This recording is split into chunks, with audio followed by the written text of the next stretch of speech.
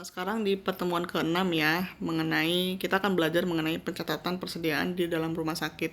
Sebetulnya kalau untuk secara bagaimana mencatatnya sih tidak ada bedanya dengan akuntansi biasa. Paling yang akan introduce atau akan saya perkenalkan ialah terkait mungkin akun-akun persediaan apa saja sih yang terdapat di rumah sakit gitu. Karena kan kalau persediaan menurut perusahaan manufaktur, jasa, dan dagang kan beda-beda. Kalau manufaktur dia terbagi jadi barang mentah, barang dalam proses, dan barang jadi. Itu seingat saya ya, yang saya tahu. Kalau perusahaan jasa juga beda lagi persediaannya. Perusahaan dagang pun juga sama. Dan untuk mencatatnya, 3 perusahaan tersebut pun juga berbeda-beda gitu. Nah, oh ya jangan lupa minggu depan ini kan kita pertemuan ke-7 sebelum UTS. Jangan lupa untuk tugas kelompoknya ya teman-teman, bikin video sesuai dengan instruksi saya di awal perkuliahan. Dikumpulkan sesuai dengan pengumpulan kuis minggu ke-7 juga gitu ya. Oke, sekarang kita mulai materinya. Tujuannya apa? Di sini memang ya secara gamblang saya pengen teman-teman tahu gimana sih atau apa saja sih persediaan yang terdapat pada rumah sakit atau mungkin pada klinik dan yang berbau dengan kesehatan. Mohon maaf sebelumnya saya di sini ada suara azan, semoga tidak mengganggu ya. Oke, tujuan pembelajaran. Satu, saya harap teman-teman memahami nih berbagai metode penilaian persediaan. Terus yang kedua, teman-teman selain menilai, teman-teman saya juga diharapkan bisa mencatat persediaan yang mungkin teman-teman beli atau sudah tersedia di rumah sakit. Jadi bagaimana mencatat pada saat teman-teman beli persediaan, kemudian bagaimana teman-teman ketika persediaan tersebut sudah digunakan, bagaimana sih cara mencatatnya gitu. Ini mungkin agak bersinggungan dengan materinya Pak Supri terkait dengan persediaan juga, stok opdan dan segala macam. Tapi kalau saya lebih ke arah bagaimana mencatatnya, bukan mengelola persediaannya. Kalau mengelola persediaannya akan masuk ke materi saya di mata kuliah keuangan nanti di semester berikutnya gitu. Nah, apa sih definisi dari persediaan? Sebetulnya teman-teman bisa baca ya. Di sini definisinya apa? Persediaan merupakan aset berwujud dalam bentuk bahan ataupun perlengkapan supplies. Tapi kalau sepengetahuan saya di rumah sakit, perlengkapan dengan persediaan akan dibedakan gitu. Jadi kalau yang saya pelajari selama saya bekerja di rumah sakit ialah persediaan itu untuk barang-barang yang akan dijual kembali. Contoh misalkan persediaan obat, ya ada macam-macamnya. Persediaan barang farmasi, gizi, rumah tangga dan lainnya. Biasanya ini akan digunakan untuk dijual kembali oleh rumah sakit. Contohnya apa ya, kayak farmasi, obat kan akan diberikan ke pasien, bukan kita makan sendiri gitu. Terus mungkin benang, bukan kita akan menjahit diri kita sendiri kan, tapi itu akan diberikan kepada pasien. Nah, itulah persediaan. Sifatnya dia akan habis ketika digunakan oleh sasaran tujuan kita gitu. Sedangkan kalau perlengkapan dia lebih tahan lama. Contoh perlengkapan ialah kalau handscoon dia masuk ke persediaan ya, karena kan handscoon sekali pakai. Misalkan stetoskop, itu kan nggak mungkin satu pasien dibuang kan nggak. Dia bisa masuk ke aset kalau harganya di atas 1 juta, ataupun perlengkapan kalau harganya di bawah 1 juta. Gitu. Tapi kalau persediaan lebih ke arah handscoon, masker juga persediaan karena sekali pakai, APD pun juga sekarang sekali pakai jadi masuk ke persediaan. Kalau yang perlengkapan tadi stetoskop, terus mungkin perlengkapan seperti bolpen, terus kalau kertas billing pasien juga bisa masuk persediaan, bisa masuk perlengkapan. Tergantung bagaimana pendefinisian perlengkapan persediaan di rumah sakit atau klinik yang teman-teman akan bekerja nanti. Tergantung gitu. Gitu ya. Nah, mencatat persediaan sendiri basically ada 2 cara. Satu menggunakan basis kas, 2 menggunakan basis akrual. Kenapa saya tega sama teman-teman kemarin harus ngulang pencatatan kas dan akrual berkali-kali? Ya tujuannya agar hafal bagaimana sih kalau menggunakan kas, bagaimana menggunakan akrual. Gitu ya. Bedanya ya di sini kalau untuk persediaan, basis kas persediaan hanya terjadi dan dicatat ketika rumah sakit membeli.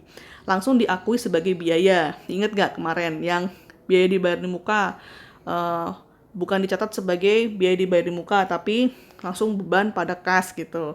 Nah ini juga sama, jadi beban persediaan pada kas kalau belinya pakai kas, beban persediaan pada bank kalau belinya pakai bank. Itu kalau basis kas, jadi langsung dicatat sebagai beban, bukan sebagai persediaan. Tapi kalau akrual, itu yang kayak kemarin saya bilang, jadi teman-teman pas beli ketik nyatatnya persediaan pada kas gitu. Dan pada saat di akhir periode disesuaikan nih pemakaian persediaan pada persediaan gitu. Nanti untuk jelasnya akan kita bahas pada saat jurnal penyesuaian. Gitu ya. Nah, ini contoh dari pencatatan persediaan. Misal tanggal 1 rumah sakit membeli obat senilai 50 juta dan ada diskon nih 5% gitu. Nah, terus tanggal 5 rumah sakit melayani pasien dengan pemakaian obat-obatan 5 juta yang dibebankan kepada pasien dengan harga 6 juta. Jadi lihat ya, obatnya 5 juta tapi dibebankan ke pasien 6 juta. Artinya rumah sakit mencari untung 1 juta gitu. Terus bagaimana jurnalnya? Lihat nih, pada tanggal 1 teman-teman kan beli 50 juta. Masuk persediaan di debit. Kenapa di debit? Karena persediaan berupa aset. Sehingga kalau bertambah dia di debit, di kiri. Terus jangan lupa diskon. Diskon itu biasanya di kredit. Nature-nya dia di kredit karena dia mengurangi pendapatan. Gitu. Maka dia di kredit. Persediaan barang farmasi pada potongan pembelian dan pada kas. Kasnya berapa ya? Tinggal 50 juta dikurangi diskonnya. Gitu ya. Terus lihat nih tanggal 5. Rumah sakit melayani pasien dengan pemakaian obat 5 juta. Tetapi yang dibebankan kepada pasien itu 6 juta. Artinya apa? Di sini ada pemakaian barang farmasi atau beban barang farmasi 5 juta terhadap persediaan barang farmasi 5 juta. Artinya apa? 5 juta ini mengurangi angka si persediaan farmasi gitu. Tapi beda lagi untuk kes pada pendapatan, dia 6 juta. Artinya ada margin 1 juta yang diterima oleh rumah sakit gitu. Nah, silahkan teman-teman untuk soal 1 bikin transaksi seperti ini ya. Transaksi seperti yang kasus ini, bikin minimal 5 transaksi. Oke? Dan bikin jurnalnya seperti ini, biar teman-teman hafal. Terus, contoh lagi nih. Contoh, tanggal 6, rumah sakit memproduksi obat batuk. Nah, jadi rumah sakit punya nih, rumah sakit bukan cuma sekedar beli obat, tapi dia bisa bikin obat batuk sebesar 6 juta. Ketika dia dijual, maka teman-teman harus catat lagi. Cara catatnya bagaimana? Persediaan barang farmasi pada persediaan barang farmasi. Artinya apa? Di sini 0, tidak dihitung gitu. Jadi ya hitungannya di sini lihat ya, ini sebentar. Pada kalimat ini dia memproduksi obat tertentu menggunakan bahan dari persediaan barang dia sendiri. Harus dibuat pencatatan, artinya ya dia akan balance lagi 0. Cara mencatatnya ialah seperti ini. Persediaan pada persediaan itu sendiri sebesar 6 juta. Itu kalau dia menggunakan barangnya dia sendiri atau dia memproduksi sendiri, bukan membeli dari distributor obat tertentu. Ini juga silakan dibikin transaksi karena ini gampang, transaksinya bikin minimal 20 ya. Oke, jadi di sini minimal tadi 5 transaksi. Yang di sini minimal 20 transaksi. Gitu ya. Karena kan tinggal dibolak-balik, ini biar teman-teman hafal aja. Gitu. Terus lanjutannya penilaian persediaan. Nah, untuk menilai persediaan, teman-teman bisa menggunakan 2 metode nih, periodik sama perpetual.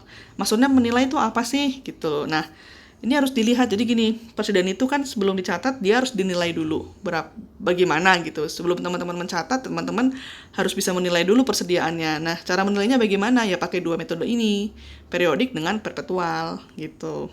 Maksudnya menilai periodik itu gimana? Jadi pada saat teman-teman beli persediaan, kalau menggunakan metode periodik, teman-teman nggak perlu ngitung namanya HPP gitu.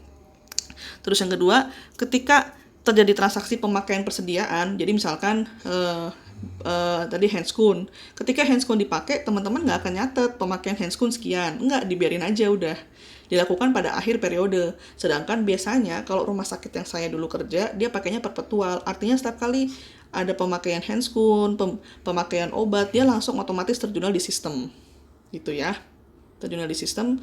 Dia menggunakan metode perpetual dan dia menghitung HPP. Kalau periodik dia tidak menggunakan penghitungan HPP. Artinya ketika ada handscoon yang terpakai, obat yang terjual, yang akan dicatat, baru akan di stok opnam di akhir periode nanti, akhir tahun gitu. Tapi kalau menggunakan perpetual dia berkala, setiap kali digunakan, setiap kali dipakai pasti akan tercatat, record di sistem akuntansi. Gitu ya. Terus oke.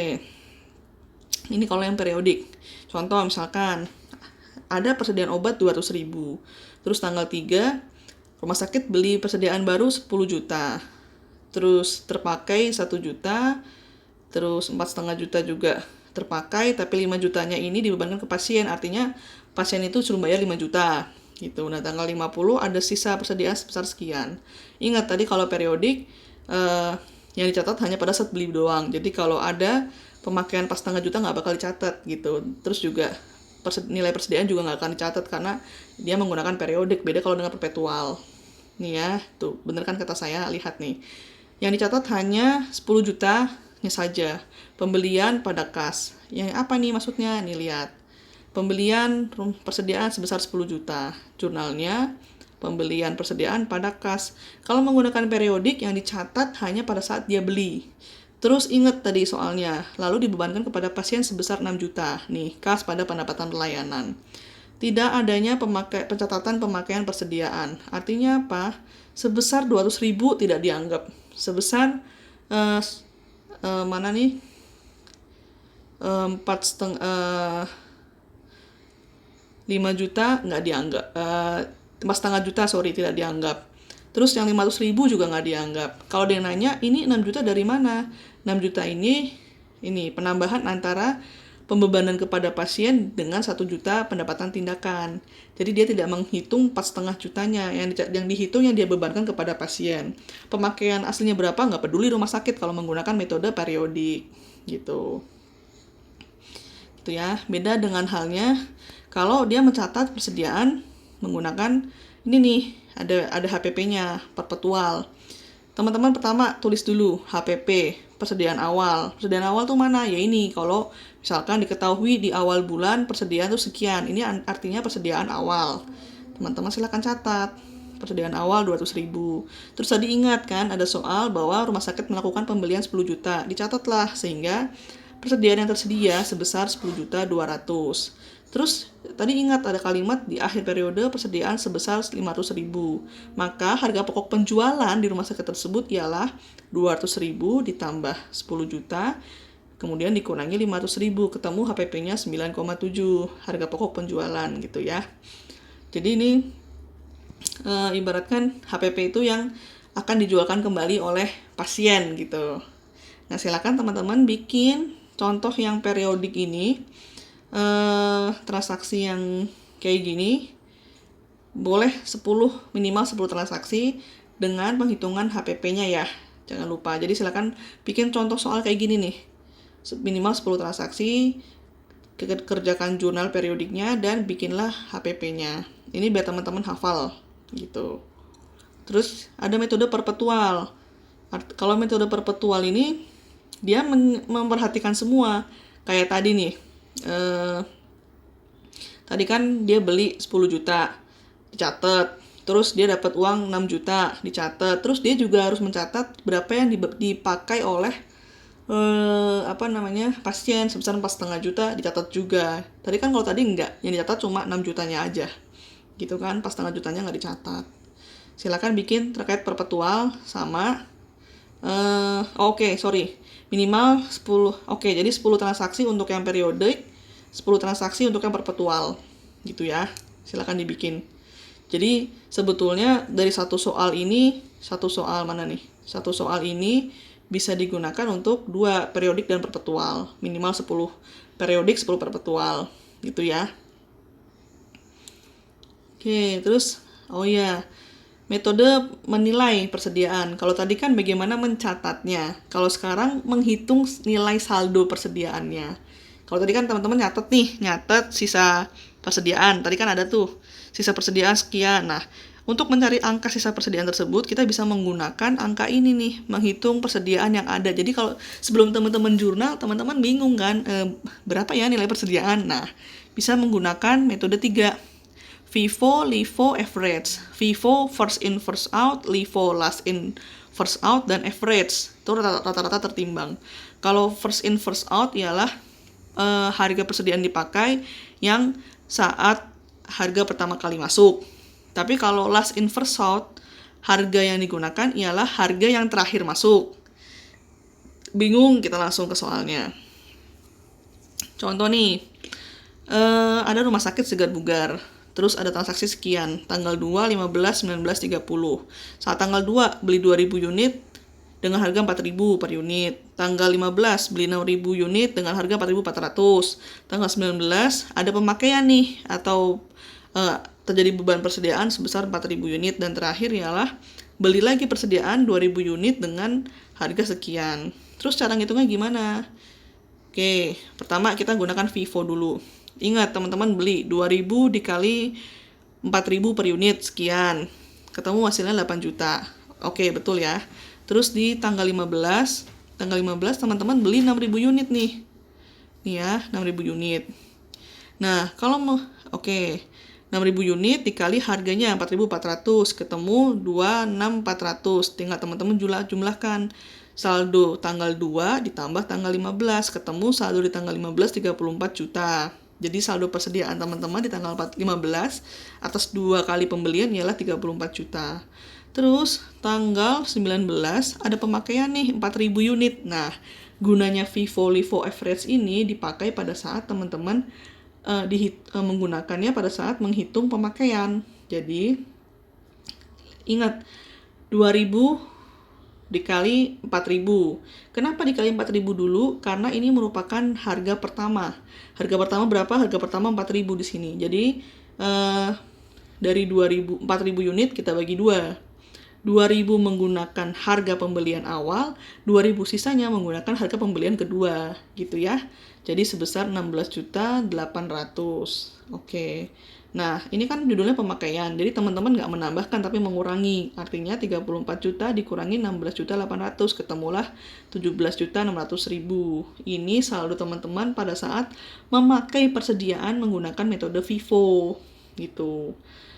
Terus tanggal 30 teman-teman beli lagi persediaan nih dengan harga 4750. Pokoknya ingat, kalau menilai persediaan itu tidak menghitung harganya, tidak berdasarkan pada saat teman-teman beli, tapi FIFO LIFO average digunakan pada saat adanya pemakaian persediaan. Contoh kayak gini tadi, 4.000 dibagi 2. 2.000 dengan harga awal, 2.000 dengan harga kedua. Karena dia FIFO, jadi yang digunakan harga awal dulu yang pertama.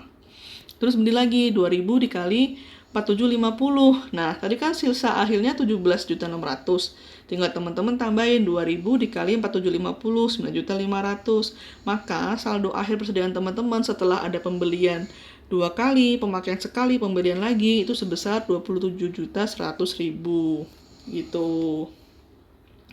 Oke, terus kalau cara kedua kita gunakan yang namanya last in first out. Nah, last in first out ini sebentar, mohon maaf terdistract. Last in first out ini kebalikannya. Kalau tadi kita langsung aja ya. Kalau first in first out itu kan pada satu pemakaian menggunakan harga yang pertama. Kalau last in first out kita menggunakan harga yang kedua. Langsung aja nih to the point, lihat nih tabel yang ini. 2.000 dikali harga yang kedua 4.400. Gitu. Terus 2.000 dikali harga pertama. Meskipun pada akhirnya tetap ketemu 27.100 gitu ya. Cuma yang membedakan ialah penghitungan menggunakan metode harganya. Apakah pada saat pemakaian bahan baku yang dihitung menggunakan harga awal atau harga akhir. Gitu. Terus selain rata-rata tertimbang juga ada menggunakan metode rata-rata perpetual. Nah, ini tapi kita skip aja. Ini silakan teman-teman bikin menggunakan metode first in first out kayak gini ya. Minimal banget 10 transaksi juga. Jadi FIFO dan LIFO. Jadi 10 transaksi bisa teman-teman gunakan untuk 2 jawaban, FIFO dan LIFO gitu ya. Terus ini ada rata-rata perpetual. Kita langsung aja ke rata-rata tertimbang ya yang bisa digunakan. Oke nih, contoh tanggal, terus ada berapa unit yang dibeli, harganya berapa, maka total HPP persediaannya sekian. Ini tinggal dikali-kali aja gitu. Unit dikali dengan harganya.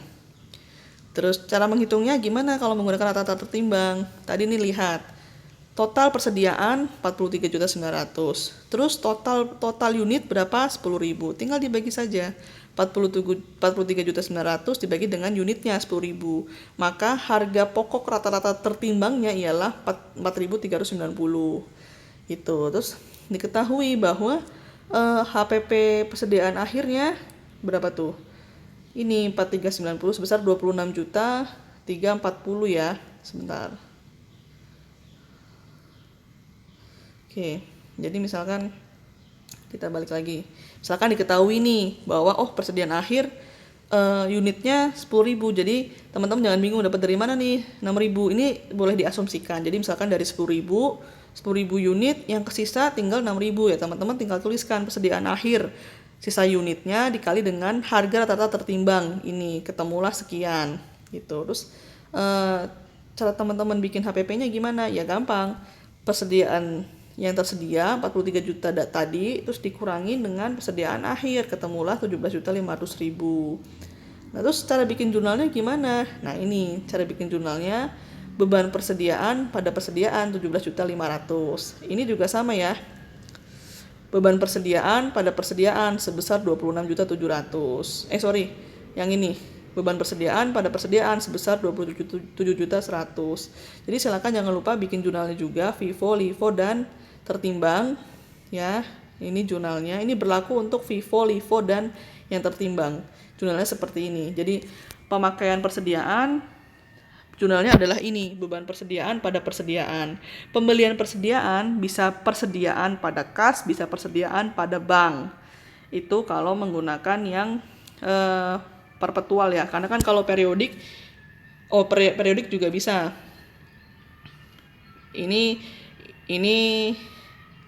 Ini kalau menggunakan yang perpetual, artinya apa? Beban persediaan dicatat gitu.